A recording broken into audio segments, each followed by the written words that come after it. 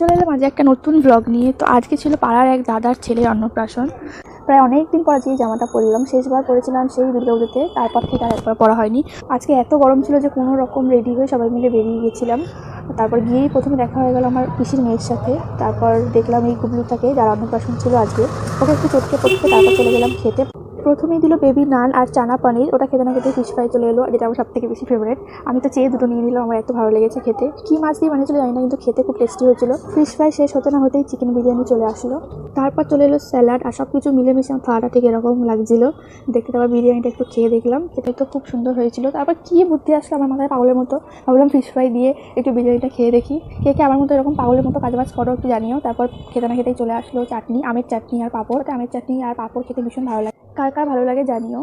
তারপর মিষ্টি খেয়ে আইসক্রিম আর হাজমোলা হাতে নিয়ে বাড়ির দিকে রওনা হলাম। যদি কিছু ভালো লেগে থাকে ব্লগটায় তাহলে লাইক করে দিও একটা। দেখা হচ্ছে পরের ব্লগে, টাটা।